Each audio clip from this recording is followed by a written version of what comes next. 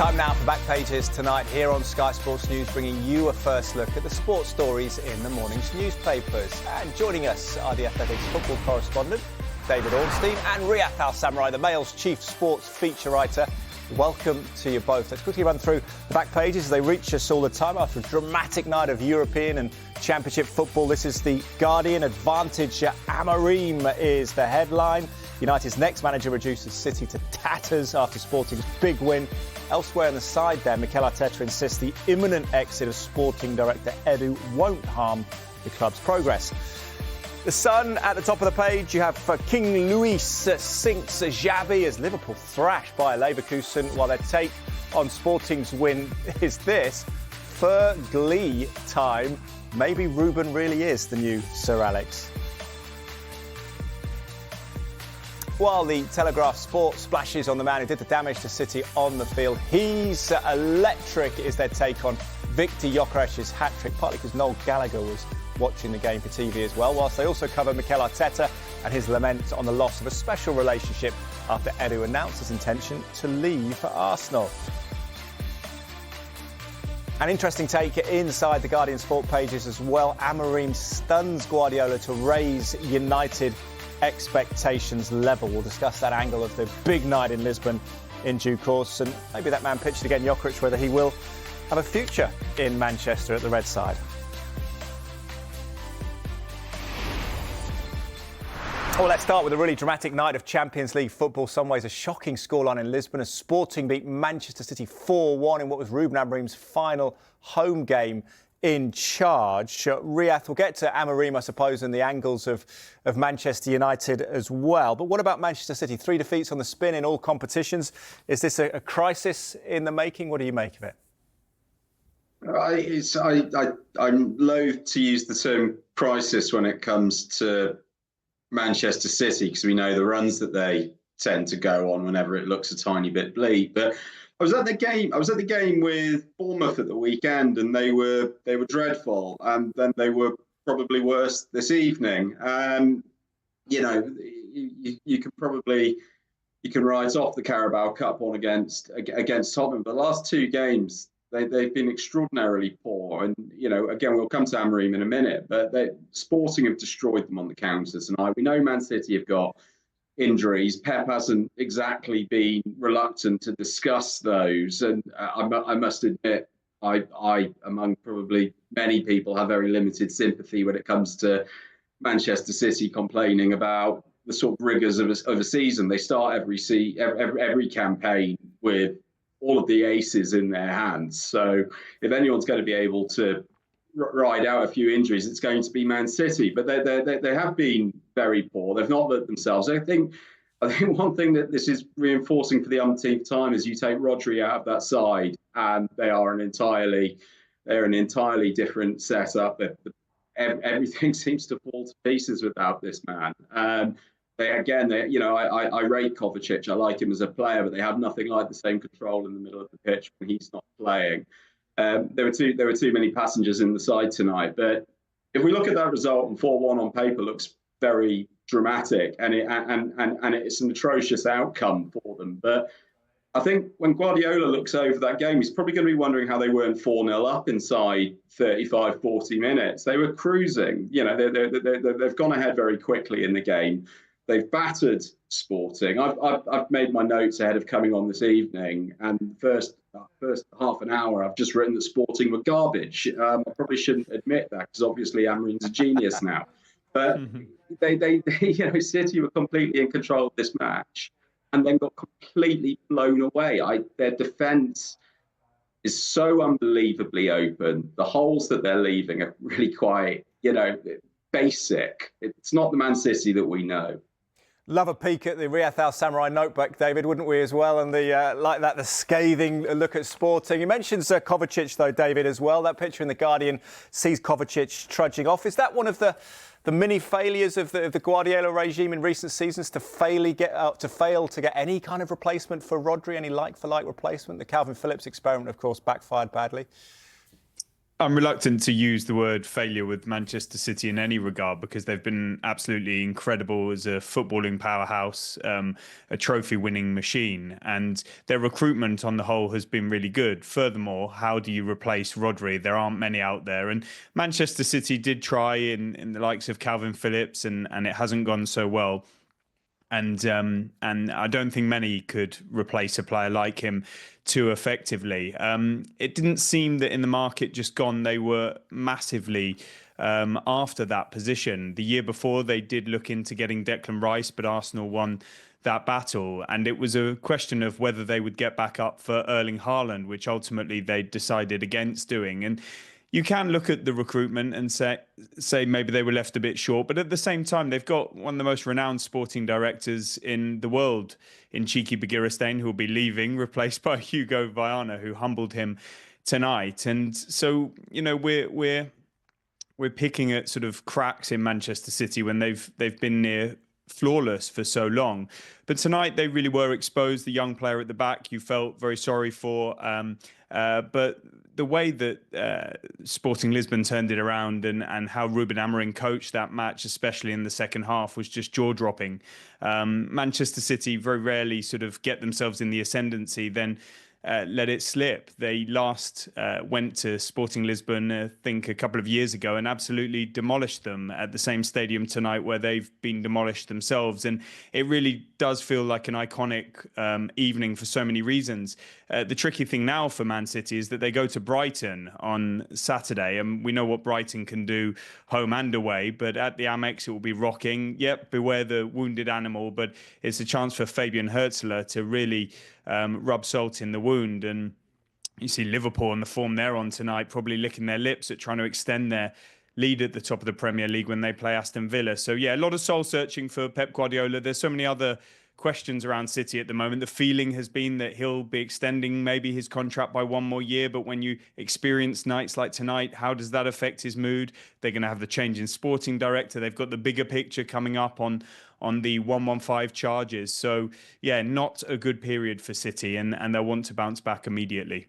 Immediately, yep. Worst run since 2018. Will have the right to avenge the result against Ruben Amorim next month in the Manchester derby.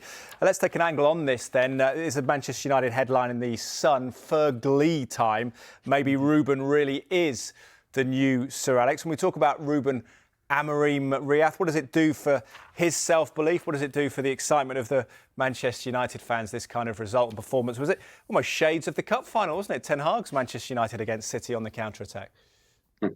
I think it's going to be very popular, certainly after this. I think given this is going to be, the match where a lot of, say, the British-based audience are going to be really tuning into him and watching his side. I don't think you can make a much bigger impact than trashing Man City 4-1. But it was the way they played. I mean, look, we can sometimes overanalyze some of these things, but I thought he made some very sensible changes in the game. We saw, like we discussed a moment ago, they made the very slow start. They were trying to play out from the back. They would, and he quite quickly made this adjustment. They started going longer. They started sort of finding new ways to get the ball in midfield, and that was effective. Half time, I don't tend to buy too much into the strength of a rousing team talk, but coming out and getting 2 goals in the first 3 minutes obviously looks quite nice as well.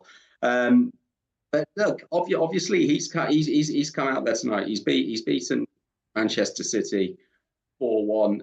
I think it's probably going to ease some of the questions because it's not been, shall we say, universally approved of that they've turned to a manager from the Portuguese league. Whether that's a little bit sort of snooty from critics or not, we'll find out in due course. But I think it's one hell of a way to just turn around and show a stamp of quality to do that, and that's notwithstanding the fact that in the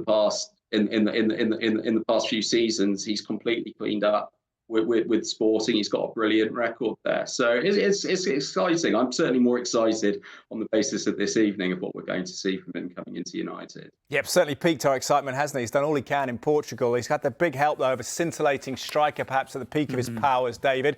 Let's go to the Telegraph Sports Supplement. A play on the fine Oasis song, She's Electric. He's electric, they say there. Gyokeres treble against Amorim's stunning City scalp as Oasis star squirmed in the commentary box. Not a nice night for Noel Gallagher. David, what's your assessment of Gyokeres' position, the release clause, where he might end up? Are we putting 2 and 2 together and getting 5 to suggest he might end up at Old Trafford?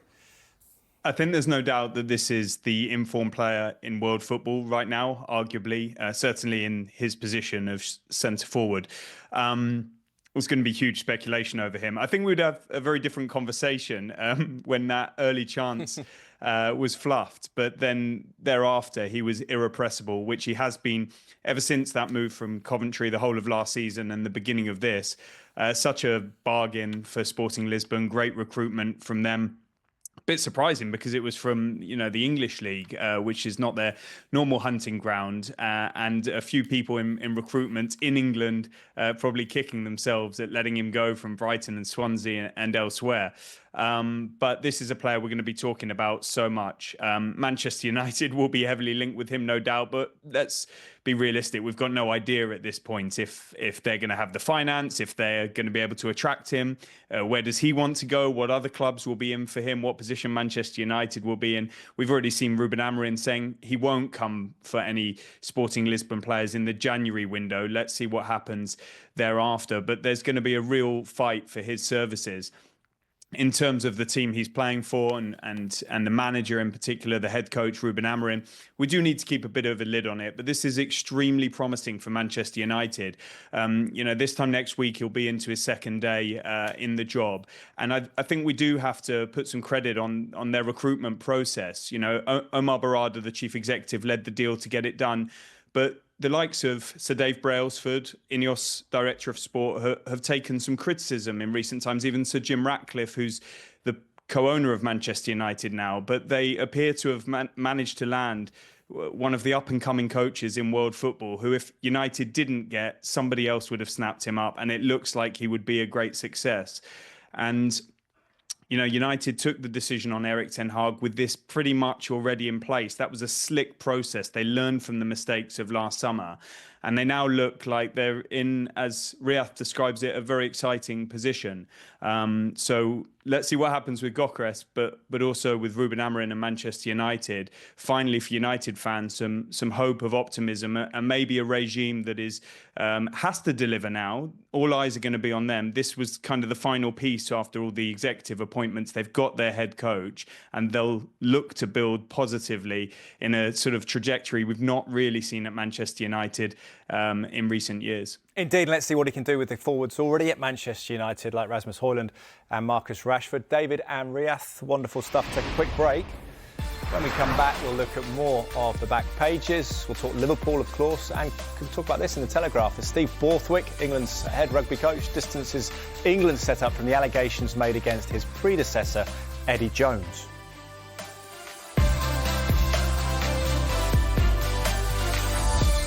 You're watching Back Pages tonight. Welcome back to you and welcome back to the Athletics football correspondent David Ornstein and Riath Al-Samarrai, the Mail's chief sports feature correspondent. We've talked about Manchester City's heavy defeat in Lisbon. Let's talk about Liverpool's heavy victory at home to Bayer Leverkusen, the team that was pretty much the story of Europe last season. Back page of the Sun, Riath. I'll come to you. King Luis sinks Xabi. Hat-trick Rex legends return. Legend being Xabi Alonso, of course. And inside the Telegraph, Diaz hat-trick helped Slot's high flyers spoil Alonso return. Riath, they're the real deal, Liverpool, aren't they? Yeah, I think so. I've kept trying to temper my own sort of feelings around them since sort of Slot came in, just because, I think you'd have to recognise that on the whole, it was a pretty generous series of fixtures that they were given to start the season with. But then you kind of go into the last few weeks. They've had Arsenal, they've had Brighton, now they've had Bayer Leverkusen, sort of Bundesliga champions. Of course, they're coming through it. I think they're 14 wins in now. they're looking very good. The team's playing a slightly different way. I say it's a little bit less dynamic than it was under Jurgen Klopp, but they're getting the results. They're racking up some fantastic sort of performances as well. I think tonight that sort of, I suppose, sort of symbolically, it feels like quite an important one as well. When we're talking about Alonso, who would of course have been what many of us thought was going to be their number one target to replace Jurgen Klopp, and they've just been absolutely walloped out of the ground tonight. I'll be honest, I've only caught flickers of the match. From what I could see in the first half, it was all fairly dull and pretty uneventful. And then second half, Liverpool come to life when they've needed to. Diaz has got a hat trick, first goal. I think the finish is beautiful, but the assist from Curtis Jones, I think that probably needs to be flagged up a bit. There was some brilliant sort of thinking from him there, the little sort of through ball. But it's 14 wins now for Arne Slot. They're going extremely well. I think after the international break, we'll get a clearer idea of where they are. They'll be playing against Real Madrid, Man City, who presumably are looking less like the walking wounded by that point as well. So, I think that will still be the fuller gauge, but I'm kind of running out of opportunities to say that because they really are going brilliantly. They are. Mo Salah, a couple more assists to him. I'm sure we'll be talking to David in the future about Salah's future if there's no contract signed before the January window. But I want to talk Arsenal with you, David, a patch that you know well, of course. In the Times Online, we've got build up to the Inter Milan trip with injury news, positive and negative. Martin Odegaard back training, but Declan Rice ruled out of Inter trip, which doesn't sound too serious as he's not been ruled out of the Chelsea game on Sunday. How big, David, could the captain's return be? Massive, Teddy, but we don't know if he's going to be available to play because I think this was the first time he'd been in full training with the Arsenal first team since that injury a couple of months ago on international duty. And given his importance, maybe we'll see him get some minutes. Maybe he returns against Chelsea. Maybe he has to wait a bit longer. But the sight of Martin Odegaard back in full training with Arsenal on the trip to Milan is extremely encouraging because they've missed his creativity.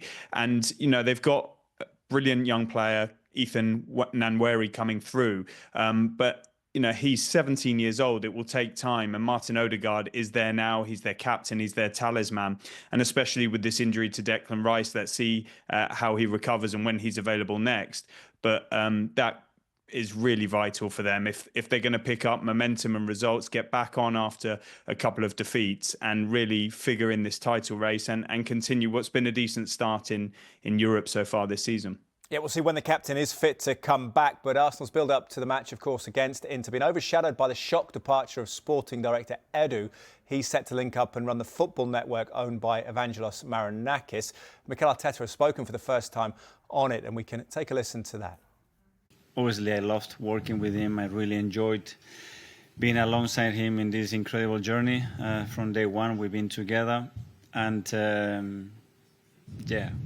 of all, I'm very grateful personally for what everything's done for me and then for the amazing work that he's done for the football club. So, I think we both had this special chemistry working together. We really both enjoyed our roles and working together. And I'm very blessed that he's been part of my life. Yeah, glowing personal tribute, David. How foundational has Edu been to the Arsenal setup and how difficult to replace, particularly in the context of that relationship with Arteta? Yeah, he's been massive to Arteta. He's been massive to Arsenal and their rise 2019 to 2024. But it wasn't just built on one person. And I think he would acknowledge that. And certainly that's a feeling around the club. It's come as a big shock. There's a lot of uncertainty. You don't lose a sporting director normally at this time of the year, especially when you're challenging for the honours that they hope to be and this very ambitious project that he was so central to. And there was no real warning sign until or recent weeks when the rumours started to rumble. It will largely depend on how Arsenal replace him, and that will happen in due course. They're going to have to do a thorough search, and in the meantime, they've got a great head coach in Mikel Arteta. They've got a very impressive sporting structure with the likes of Richard Garlick there. They've got James King coming in from the PFA as legal counsel. They've got Tim Lewis as a director, and the Cronkies, who have really shown themselves to be decent owners. So there's no getting away from the loss, but this happens in football. We see a movement of staff over a period of time, and Arsenal will hope that actually it's an opportunity, not just for Edu, and they'll wish him well, but for them to go on and maybe even improve. Yeah, we'll keep across that space off the pitch with Arsenal. Let's talk stories really circulating around the England rugby squad, Riath. They come to you in the Telegraph. The story says Borthwick's open door policy ends rule by fear of Jones. Steve Borthwick, of course, current coach, Eddie Jones, former. And then in the Times, Steve Borthwick distanced England environments from Eddie Jones' era. Riath, just articulate what's exactly been said here. It's stemming from a Danny Care book, if I'm not mistaken. It is, and what's interesting about Danny Care's book is it's really put a name and a prominent face to what was said throughout Eddie Jones's tenure and was reported. It was this culture of fear, this intimidation. Danny Care's referred to him as a despot. He's painted a picture of a dictatorship there. Now, and Borthwick's an interesting character in this, not just because he's obviously sort of running the new regime there, but he was a forwards coach under Eddie Jones. He was his assistant. So he hasn't directly spoken to sort of Danny Care's experiences there. He's not chosen to dispute anything that Danny said, but he has made a very sort of pointed, shall we say, sort of clarification that under in his tenure, players are more involved. They are getting involved in decisions. They do have more of an open forum to air their views. And I think the depiction of Eddie Jones that very few people would contest is that they were school children and under his kind of reign, if you will, as the head coach there. It was Eddie dominated the scene. Eddie, we've read reports about him being as hard on the coaches as he was on the players, on his staff. So, it's been a very sort of distinct impression given of what it was. And Borthwick's come out and just been quite clear today in saying sort of, on my watch, things are differently. That perhaps more progressive approach to coaching, we might say, of involving players, taking their opinions and their feedback more into consideration. And Borthwick kept his team the same for the Australia game, hoping to build on that loss to New Zealand. A narrow one, of course, he'll be looking to get results on the pitch as well. We've only got about 20, 30 seconds of conversation, David. Wanted to touch back on football with Celtic and Brendan Rodgers and his team's remarkable response to that harrowing loss in Dortmund. And they've beaten RB Leipzig 3-1 with Kuhn starring Nicholas Kuhn. How impressive has the response been to that defeat in Dortmund, David? It's been immense. It's their only defeat all season. A couple of draws, one in Europe, one domestically. They're joint top of the SPL. They're flying high in the Champions League's new format. Celtic Park is alive with atmosphere and consecutive victories against decent opposition. And they'll look to continue that and keep it going. Hats off to Brendan Rodgers. He deserves credit for this rise in his second stint there. They've had a magical night there.